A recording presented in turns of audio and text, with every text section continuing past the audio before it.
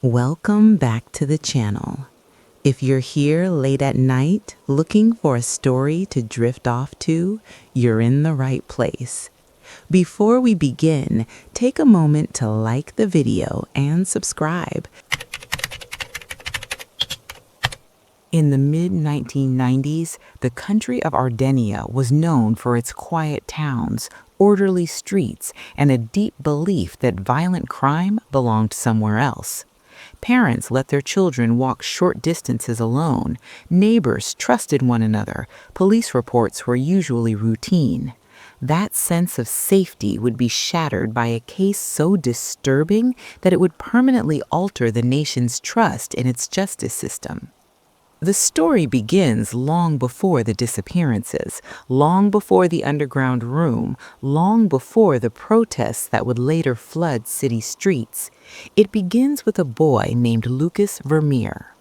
Lucas Vermeer was born on November 8, 1957, in the industrial district of East Ravane, a working-class area just outside the capital city of Bruxhaven. He was the oldest of 6 children in a family that looked respectable from the outside, but was deeply fractured behind closed doors. His father, Henrik Vermeer, was a secondary school instructor who believed discipline mattered more than affection. He ran his household like a classroom, with strict rules, harsh punishments, and little tolerance for failure. Praise was rare. Mistakes were met with anger. Lucas's mother, Elena Vermeer, was quiet and withdrawn. She devoted herself to cooking, cleaning, and caring for the children, but she never challenged her husband. When Henrik raised his voice or his hand, she stayed silent. Over time, that silence became its own form of damage. When Lucas was young, the family relocated to Kisando, a former colonial territory where Henrik had accepted a teaching position. The move isolated Lucas further. He struggled to adapt, frequently acting out in school. Teachers described him as defiant, unfocused, and prone to sudden mood shifts. He changed schools repeatedly and never formed lasting friendships. At home, things were worse. Henrik openly compared Lucas to other children, calling him slow, useless, and embarrassing. Physical punishment was common enough that Lucas sometimes missed school for days. Elena watched it happen and said nothing. To Lucas, that silence felt like betrayal. By the time the family returned to Armenia when Lucas was 9, something had hardened inside him. He learned early that power belonged to those who took it, not those who asked for it. Weakness, he believed, deserved no protection. When Lucas reached his teenage years, the family completely fell apart. His parents divorced when he was 16. His father left the country with a younger partner and cut off contact entirely. His mother soon began seeing someone new, and Lucas felt like an inconvenience in his own home. He left shortly after, drifting between acquaintances and temporary housing. One of those choices would change everything. Lucas moved in with a man known locally for his criminal past, though few spoke about it openly. The man helped Lucas rent a small room above a late-night food shop in Charnu, an area known for underground activity. By day, Lucas worked low-paying factory jobs. By night, he entered a world defined by exploitation, secrecy, and control. Money mattered less to Lucas than dominance. He discovered that manipulation gave him a sense of importance he had never felt before. He became involved in petty crime, then larger thefts. He learned how to avoid attention, how to appear ordinary. Over time, illegal activity brought him wealth. He bought expensive cars, dressed well, and invested in multiple properties across rural Armenia. To outsiders, he looked successful. Inside, he was still driven by resentment and entitlement. At 21, Lucas met Claire Moreau, a teenager he encountered at a local skating rink. Claire was young, impressionable, and drawn to Lucas's confidence. They married quickly and moved to Saint Pierre, where they had 2 sons. For a brief time, Lucas played the role of a family man. That role did not last. Lucas became controlling, jealous, and volatile. He spent nights away from home and showed growing interest in teenage girls. His marriage collapsed, and Claire eventually left, taking the children with her. The divorce finalized in 1984. Almost immediately, Lucas moved in with Nadia Laurent, a soft-spoken woman several years younger than him. Nadia would later become one of the most controversial figures in the case, not because she led, but because she followed. Lucas dominated her emotionally and financially. Friends later said Nadia seemed frightened of him, unsure of herself, and completely dependent. Lucas gradually pulled Nadia into his criminal life. At first, it was small thefts, scrap metal, abandoned construction materials, items easy to resell. Then came home invasions, targeting elderly residents whose routines were predictable. Lucas partnered with a postal worker named Renee Blanchard, who provided information about vulnerable households. Their crimes escalated, but the justice system failed to stop them. In 1986, Lucas was arrested along with his accomplices for a series of kidnappings and assaults involving young women. The trial drew attention, but the sentences were shockingly light. Lucas received just over a decade in prison. Nadia got half that. Due to good behavior and procedural leniency, Lucas served less than 3 years. When he walked free in 1992, there were no monitoring systems in place, no mandatory therapy, no restrictions, nothing to stop him from starting again. But Lucas had learned something important. Letting victims go created risk. During his time in prison, Lucas had planned carefully. He believed the only way to avoid exposure was total control. No witnesses, no escape. When he was released, he began searching for a property where he could operate without interference. He found it in Marcheval, a quiet town where neighbors kept to themselves. The house looked unremarkable. Behind its walls, Lucas began making modifications. Using his mechanical skills, he dug into the basement, reinforcing walls, installing sound insulation, and creating a hidden chamber no one would notice. It was cramped, dark, and deliberately concealed. Even visitors standing directly above it would hear nothing. At first, Nadia did not know. When she discovered the space, Lucas told her it was for storage. Over time, he revealed more, reframing his intentions as necessity, as destiny, as something she was meant to accept. She did not stop him. By 1995, Lucas Vermeer had everything he believed he needed: money, property, privacy, a partner who would not speak, and he was ready to act. That summer, 2 8-year-old girls from Gravelin Heights would vanish within minutes of each other, triggering one of the largest manhunts Ardenia had ever seen. But at the moment they disappeared, no one yet knew where to look or who had taken them.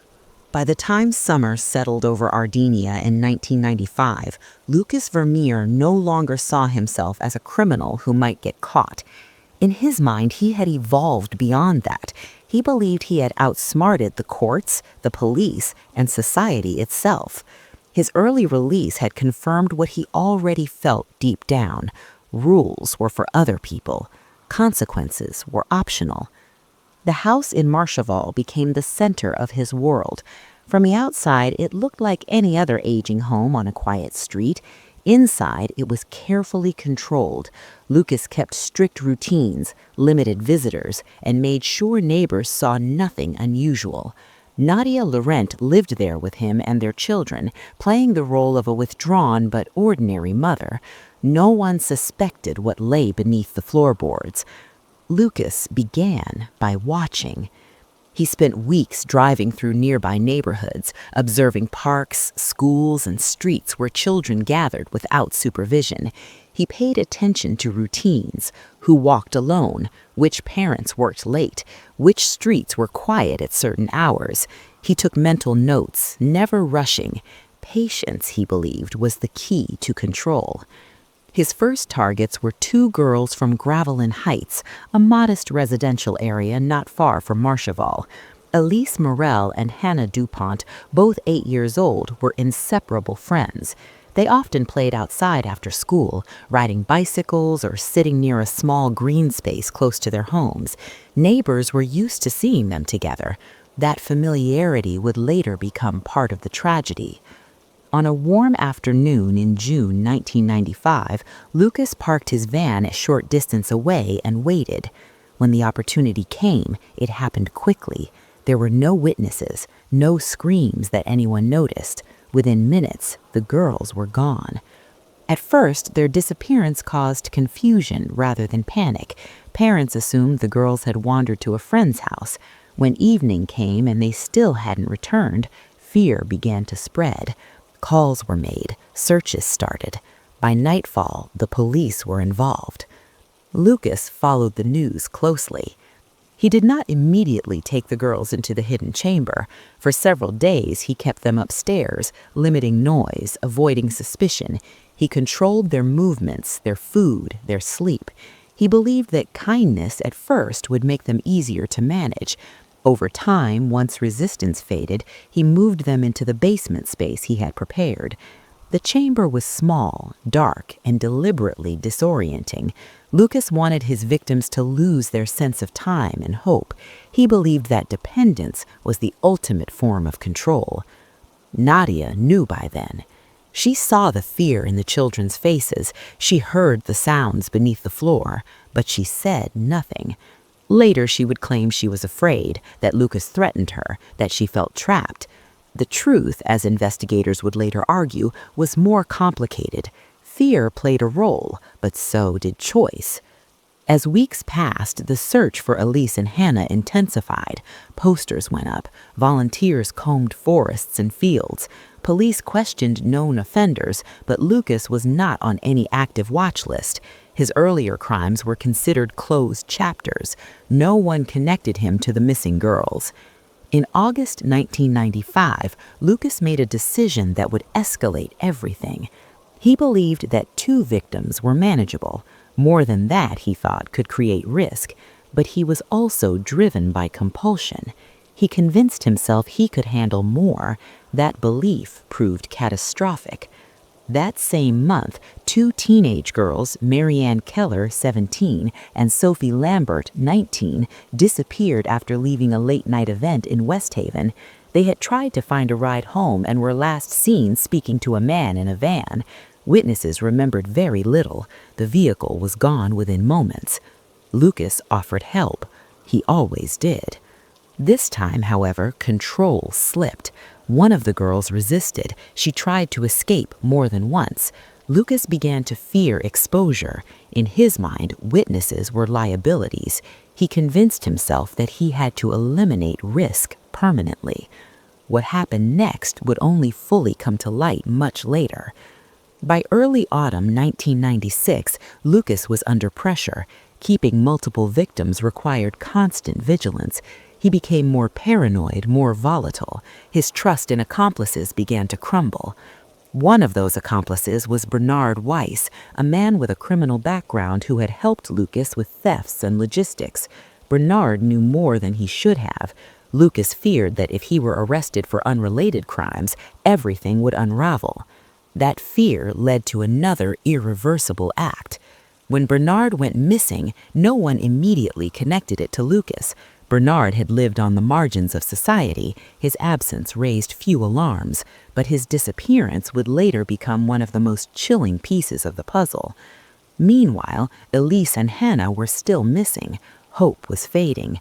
Families organized vigils. The media began asking hard questions about police failures. Ardinia was growing uneasy. In December 1995, Lucas was arrested on unrelated charges involving stolen vehicles. He was taken into custody for several months. To the outside world, it seemed like progress. To those who knew nothing of what lay beneath the house in Marcheval, it looked like a small victory. But Lucas's arrest created a dangerous vacuum. While he was detained, Nadia was left alone with responsibilities she was neither prepared for nor willing to face. She avoided the basement. She avoided thinking. Days passed, weeks passed. What happened during that time would later horrify the nation. When Lucas was released in March 1996, he returned home expecting everything to be as he left it. Instead, he found silence where there should not have been. The consequences of neglect had become irreversible.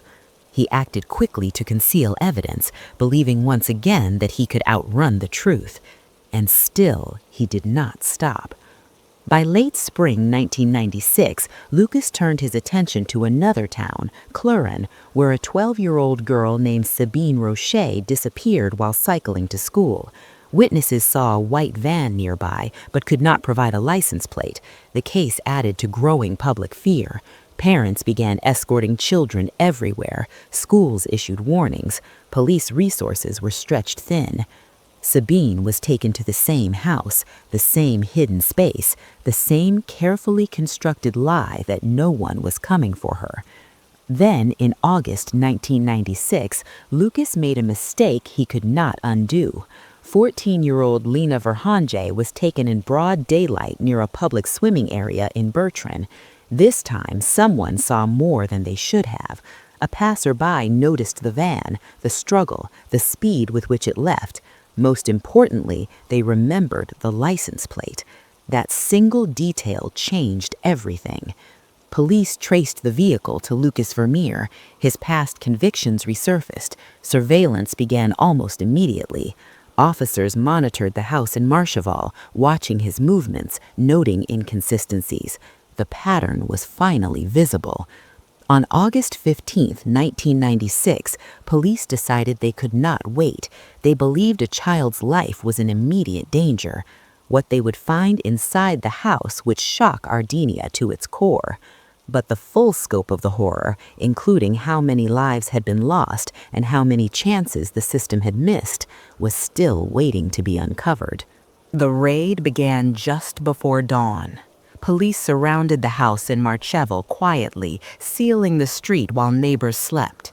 There were no sirens, no shouting at first.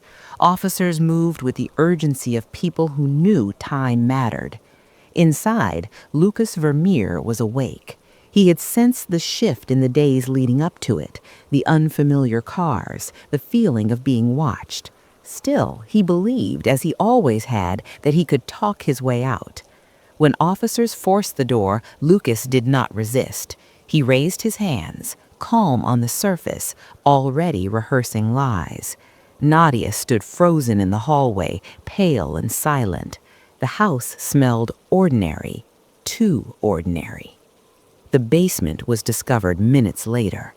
Behind a concealed panel, investigators found the hidden chamber. What they saw confirmed their worst fears and exceeded them. The space was small, sealed, designed to isolate. Evidence showed it had been used repeatedly over a long period of time. Officers called for medical teams immediately, though even then it was clear that help had come far too late. Lucas was taken away in handcuffs as the house filled with police and forensic teams. News broke within hours. By midday, Ardinia was in shock. At first, authorities released very little information. They confirmed one arrest and said multiple missing person cases might be connected. Families who had lived with uncertainty for months and years felt a terrible mix of hope and dread. Hope that answers were coming, dread over what those answers might be. Interrogations began the same day. Lucas spoke freely at first. He enjoyed attention. He corrected investigators when they got details wrong. He downplayed his responsibility, shifting blame, minimizing harm. He referred to victims as problems, situations, mistakes, never as people. When confronted with evidence, his tone changed. He became defensive, then angry. He accused the police of harassment, of misunderstanding him. He claimed Nadia was responsible for things he had not been present for. He suggested some disappearances were coincidences. But the facts were relentless. Forensic analysis tied Lucas to multiple missing girls across several towns, fibers, vehicle traces, personal items. The timeline stretched further back than anyone expected. Each confirmation added weight to a growing realization. This was not a single crime, it was a pattern. Nadia was arrested days later. Her defense was fear. She said Lucas controlled her, threatened her, isolated her. Psychologists acknowledged the presence of manipulation and intimidation, but prosecutors argued that fear did not explain inaction over such a long period. She had opportunities, she had moments alone, she had access to the outside world. In the end, the court would decide that while Lucas was the architect, Nadia had been a participant through silence and neglect. As investigators pieced together the timeline, the full scope of what had happened inside the Marchevel house became clear. Elise Morel and Hannah DuPont were confirmed victims. Their families were notified in private, then later addressed publicly. Vigils turned into memorials, schools lowered flags. Ardenia mourned children who never came home. Marianne Keller and Sophie Lambert were also linked to Lucas. Evidence suggested their disappearance had marked a turning point when control gave way to panic. Bernard Weiss's disappearance was confirmed as connected as well. His family, long resigned to silence, finally received answers they never wanted.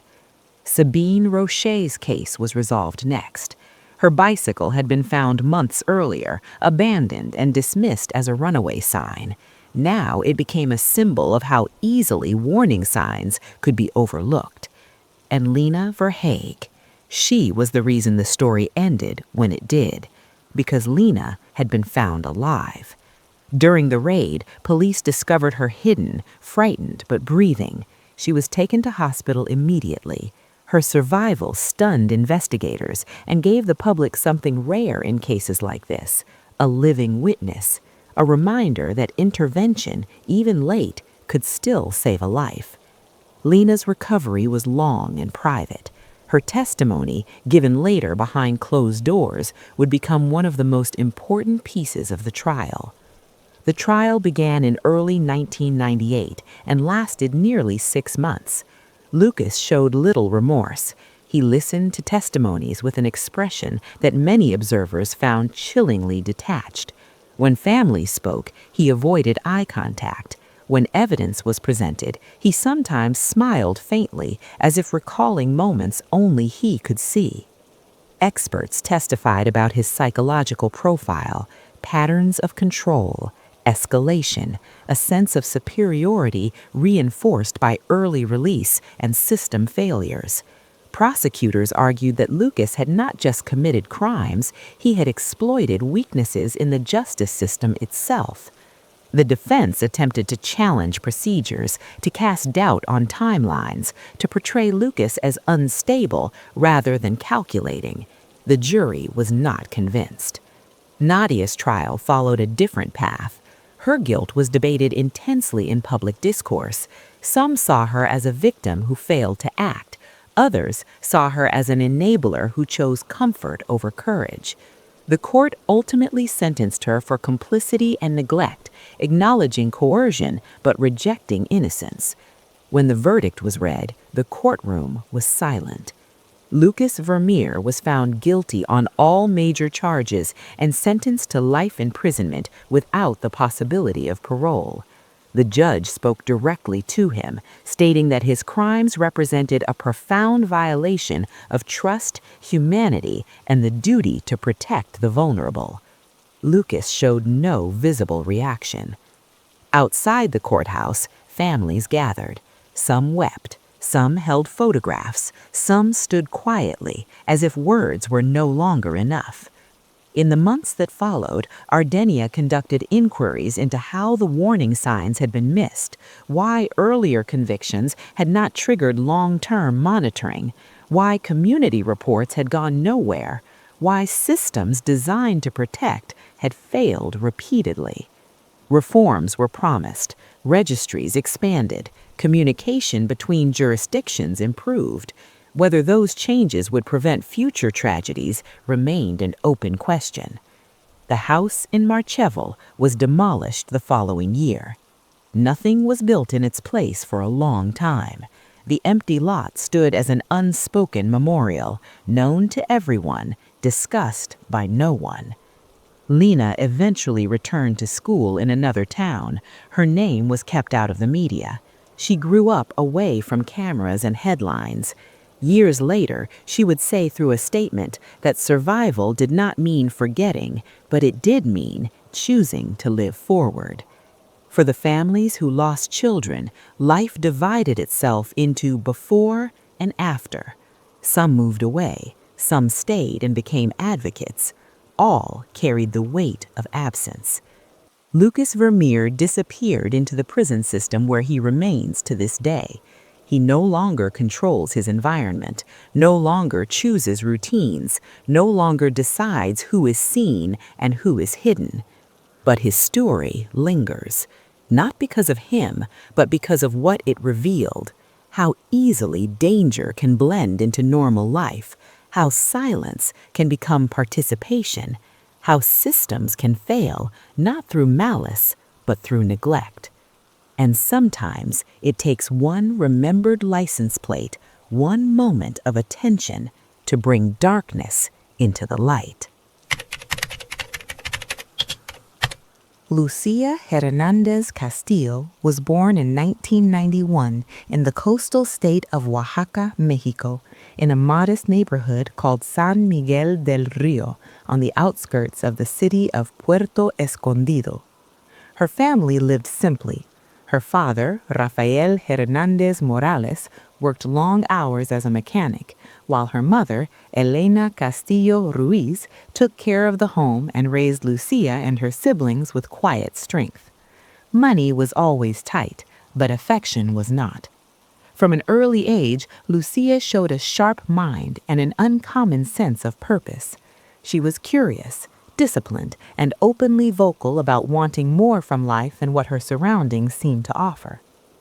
Unlike many girls around her, Lucia refused to accept that her future was limited by circumstance. She loved school, excelled in science, and developed a fascination with food and health after watching relatives struggle with diabetes and hypertension. She often said that knowledge could change lives, and she meant it. By the time she finished high school, she had one goal firmly set: to study nutrition and help families like her own make healthier choices with what little they had. Through persistence and academic merit, Lucia was accepted into a university in Chilpancingo, Guerrero, where she enrolled in a nutrition and dietetics program. Leaving home was not easy. It meant long bus rides, shared rooms, and constant financial stress. But Lucia thrived. She became known among her classmates for her warmth, energy, and generosity. She shared notes, helped others study, and often cooked simple meals for friends who missed home. Her laughter filled cramped dorm rooms, and her optimism made even the hardest weeks feel manageable. In 2012, during a visit back to Puerto Escondido, Lucia met Martín Salgado Rios. He was 36 years old, more than a decade her senior, and ran a small food and beverage business near the historic center of town. Martín lived with his mother, Beatriz Rios Calderón, in a two-story building that housed both their residence and the business. To many, Martín appeared hard-working and respectable. He was charismatic, confident, and spoke with the authority of someone used to being listened to. At first, the age difference seemed irrelevant. Martín showered her with attention, praised her ambition, and told her she was different from anyone he had ever met. For Lucia, who had spent years fighting to be seen as more than her circumstances, his admiration felt validating. Their relationship progressed quickly. Within 6 months, Lucia discovered she was pregnant. The news changed everything. Martín insisted they move in together. He framed it as responsibility, as the right thing to do. Lucia, torn between fear and hope, agreed. She paused her studies and returned to Puerto Escondido. Their first child was born later that year, followed by a second shortly after. Marriage came soon after the birth of their first child, less out of celebration and more out of expectation. At first, Lucia tried to convince herself that this was simply a new chapter. She focused on motherhood, poured love into her children, and told herself she could return to university one day. Her father, Rafael, never stopped encouraging her. During phone calls, he reminded her that dreams could be paused, not buried. His faith in her kept that dream alive. But as time passed, Martín began to change. The man who once praised her independence now resented it. He grew suspicious of her time away from home, critical of her ambitions, and increasingly controlling. When Lucia mentioned returning to school, Martín dismissed the idea. He accused her of neglecting her family, questioned her loyalty, and suggested that education was a luxury they could not afford. What began as criticism slowly escalated into control. Martín dictated what Lucia wore, discouraging makeup, fitted clothing, and even exercise. He told her it was inappropriate, unnecessary, selfish. His jealousy was constant and suffocating. He checked her phone, monitored her movements, and questioned her about conversations with friends and relatives. Over time, her world shrank. Visits to family became rare. Friendships faded. Her days revolved around the house, the children, and Martín's unpredictable moods. Physically, Lucia began to change as well. She lost weight rapidly. Her skin grew pale, her posture withdrawn. The lively woman her family remembered seemed to disappear. When her mother, Elena, visited and asked about the children's meals, Lucia casually replied that they ate mostly potatoes with sauce. The answer unsettled her. Lucia had always cared deeply about nutrition. Something was wrong. Still, whenever her family asked, Lucia smiled weakly and insisted everything was fine. Martín's control extended beyond emotional boundaries. Without her knowledge, he registered a small jewelry business under Lucia's name and allowed relatives to manage it. One day, Lucia was contacted by tax authorities regarding discrepancies tied to the business. She was stunned. On paper, she was legally responsible for debts and obligations she knew nothing about. When she confronted Martín, he brushed it off, telling her to not worry. But Lucia understood the trap. If anything went wrong, she would bear the legal consequences. It was another chain tightening quietly around her life. By 2014, Lucia knew she could not continue like this. One morning in August, her voice shaking but determined, she called her father. She told him she wanted to leave Martín. There was no hesitation on his end. He promised to come immediately. While Martín was away, Lucia gathered essential documents, a few clothes, and what she could carry. She took her children and left the house that had become a cage. Martín's reaction was swift and volatile. At first, he pleaded. He called and texted relentlessly, promising change. When that failed, his tone shifted to threats. He spread rumors about Lucia, tried to intimidate her family, and used any leverage he could find. But Lucia did not return. In 2015, she finalized the divorce. Despite the separation, Martín remained a presence in her life due to shared custody of their children. Each exchange was tense. He was bitter, hostile, and often used the children as means of control. Still, Lucia tried to maintain peace for their sake. Slowly, her life began to rebuild. She returned to university, completed her degree, and secured an internship at a medical clinic in the nearby town of San Lorenzo del Mar. She rediscovered parts of herself she thought were lost. She laughed again. She took her children to parks, museums, and beaches, determined to give them the joy that had been absent for too long. But Martín never truly let go. He continued to harass her, appearing unannounced, sending messages, making veiled threats. Eventually, Lucia sought help from a local women's support organization called Casa Lila.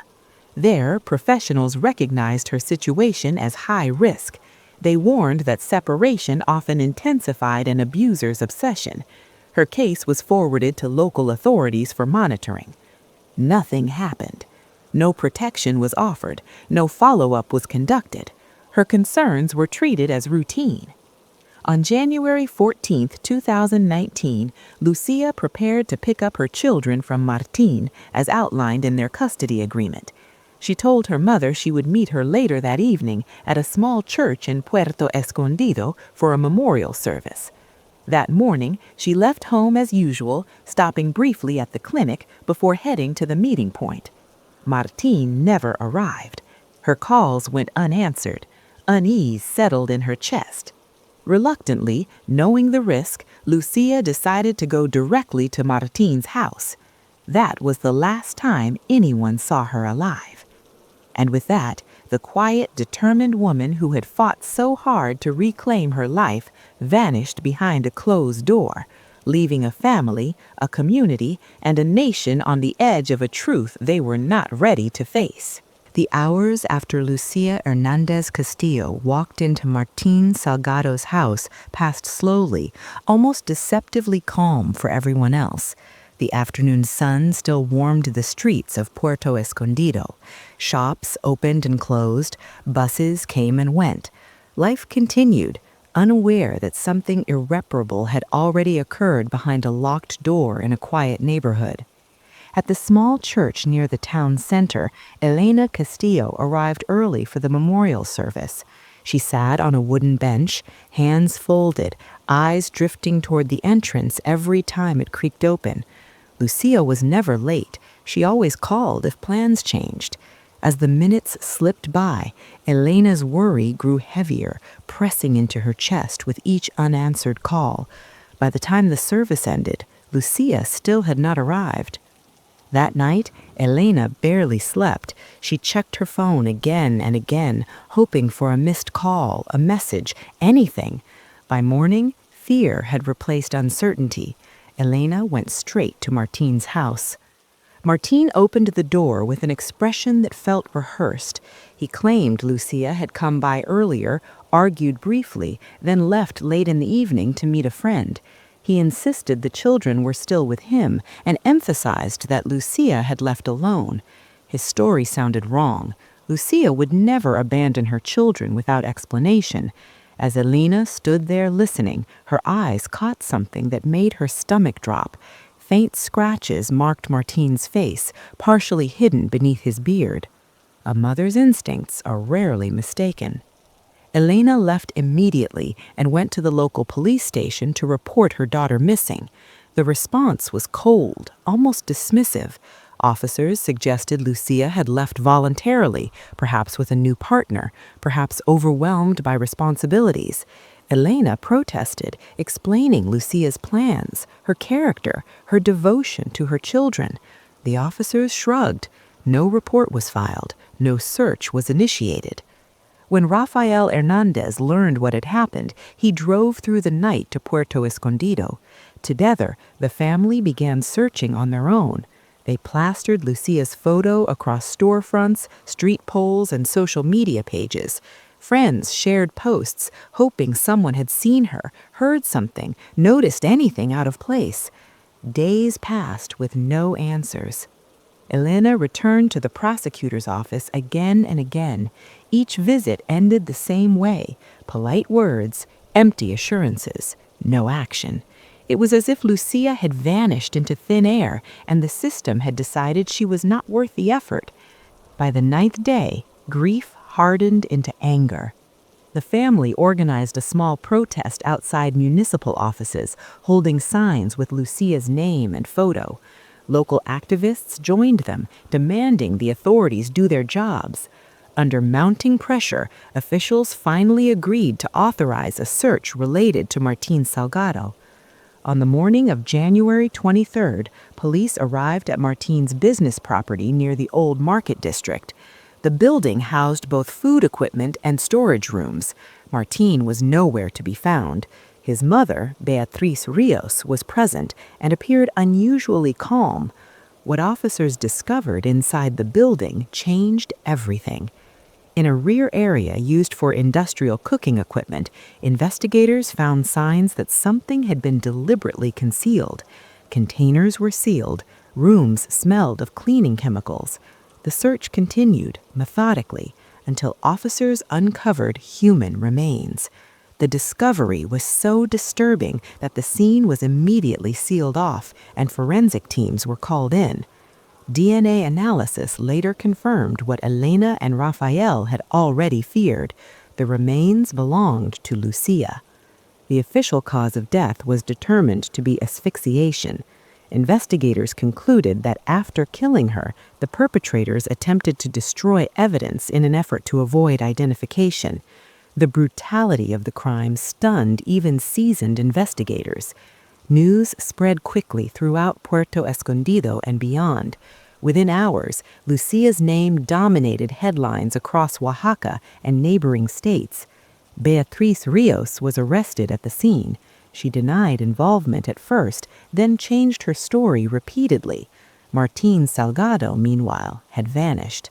Authorities issued a warrant for his arrest and named him the primary suspect. When Lucia received confirmation of her daughter's death, her grief was immeasurable. Yet beneath the sorrow burned fury. This had not been a crime of passion in the heat of the moment. It was the final act of a long pattern of control, violence, and institutional failure. Lucia's funeral took place 2 days later. The church overflowed with mourners. White flowers covered the altar. Friends, classmates, colleagues, and strangers gathered in silence. Many had never met Lucia, but they knew her story.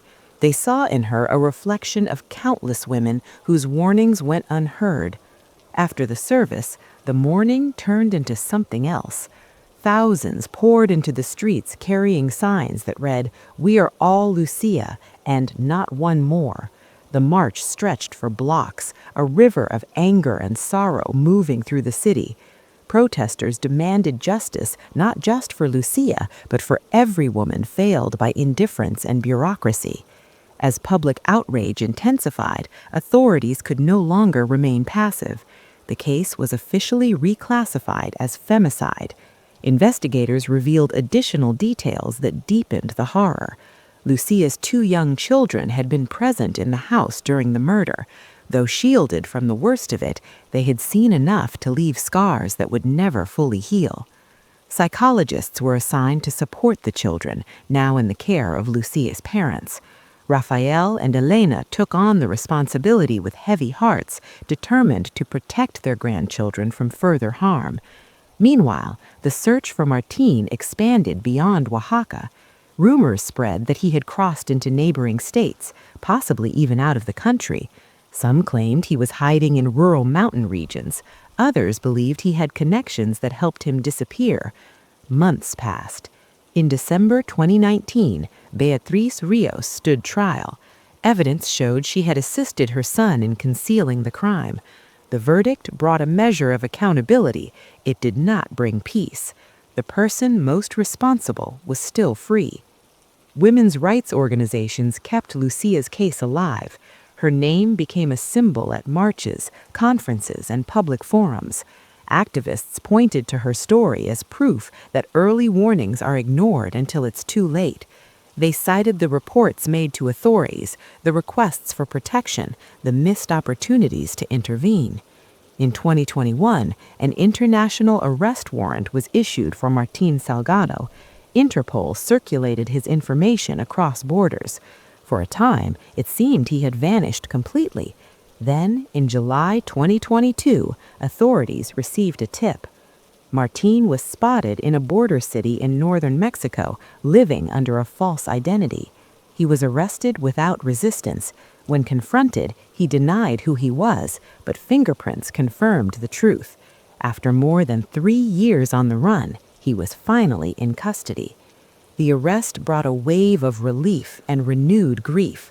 For Lucia's family, it reopened wounds they had barely managed to survive. For her children, it meant reliving memories they were still struggling to process. Martín's trial began amid intense public scrutiny. He delayed proceedings repeatedly by changing legal representation, forcing postponements that dragged the process on for months. Each delay was another blow to the family, another reminder of how slowly justice moves when it moves at all. Lucia's children were called to testify. Their statements were essential, but the emotional cost was immense. Therapists accompanied them. Breaks were frequent. Even so, the burden placed on such young shoulders was heartbreaking. Throughout the trial, Elena sat quietly in the courtroom, clutching a photograph of her daughter. Raphael stared straight ahead, jaw tight, refusing to look away. The evidence was overwhelming. In late 2023, after years of waiting, the court reached its decision. Martín Salgado was found guilty of femicide and sentenced to 55 years in prison. The sentence did not bring closure. It did not restore what had been stolen, but it was an acknowledgement, at last, that Lucia's life mattered.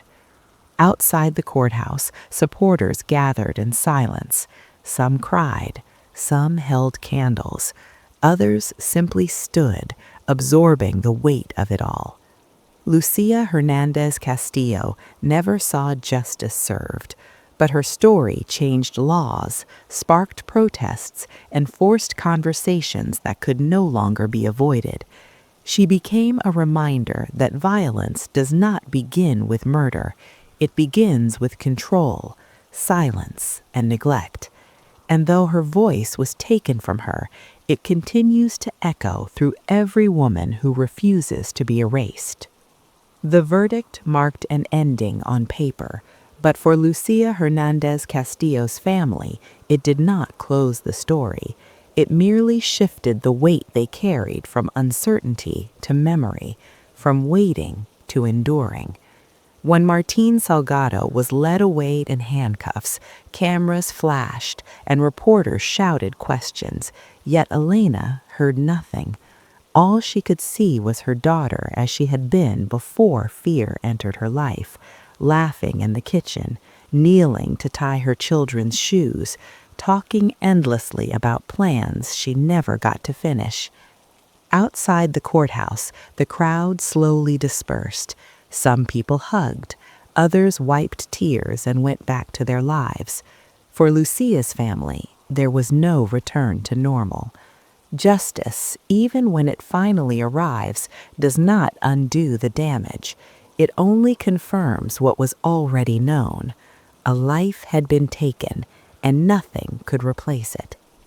In the weeks that followed, Elena and Raphael focused on the children.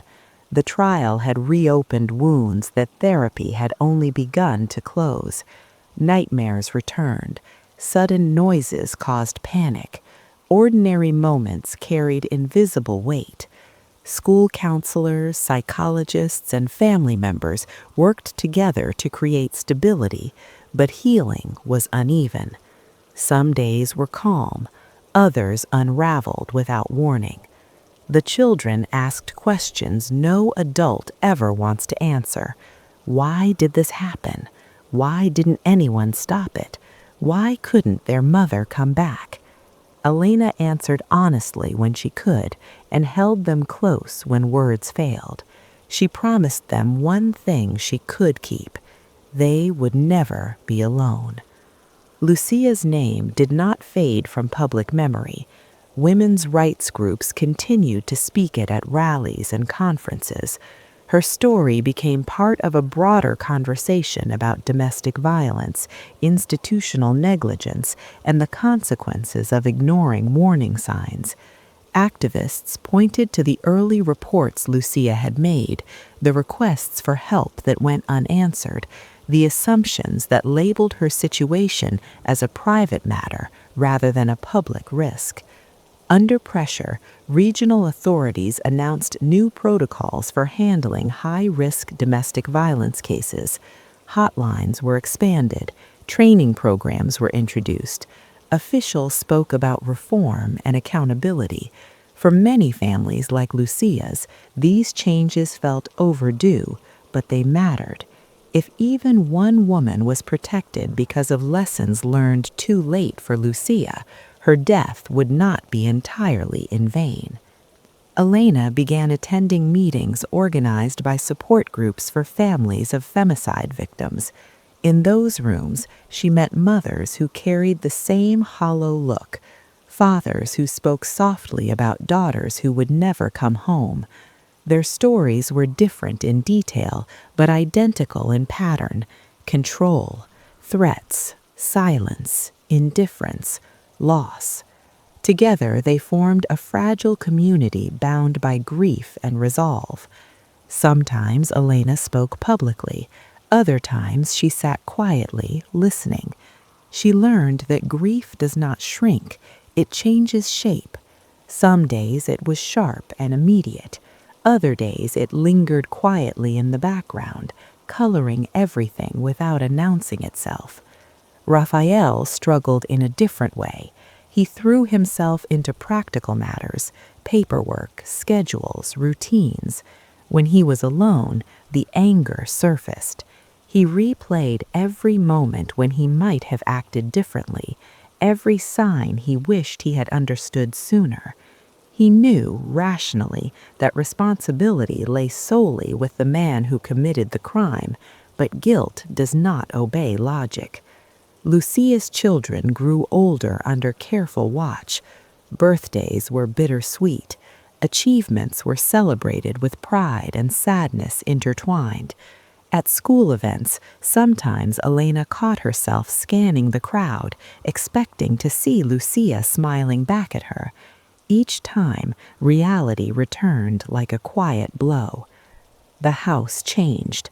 Lucia's room remained untouched for a long time.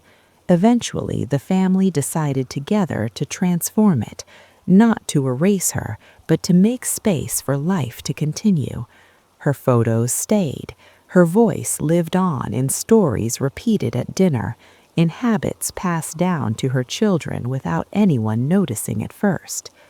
Years later, when reporters occasionally returned to ask how the family was doing, Elena answered simply, they were surviving. That was the truth. Survival was not dramatic. It was waking up each day and choosing to keep going. Martín Salgado disappeared from headlines, reduced to a prison record and a sentence number. In that sense, the world moved on. Lucia's family did not. They carried her forward in quieter ways, in the values they taught her children, in the insistence that control is not love, in the refusal to stay silent when something feels wrong. Lucia's story became a warning told in schools and community centers, not sensationalized, not exaggerated, but clear. Violence does not arrive suddenly. It announces itself slowly, through isolation, through fear disguised as concern, through systems that look away. On the anniversary of her death, a small gathering formed near the church where she was last meant to meet her mother. Candles flickered as names were read aloud. Lucia's was one among many. Each represented a life cut short, a future denied. Elena stood quietly, holding her grandchildren's hands. They did not cry that night. They stood together, steady and unbroken. Lucia Hernandez Castillo was not defined by how she died. She was defined by how fiercely she tried to live, by the courage it took to leave, by the love she gave her children even when fear surrounded her. Her life mattered, her voice mattered, and as long as her story is told, she is not gone.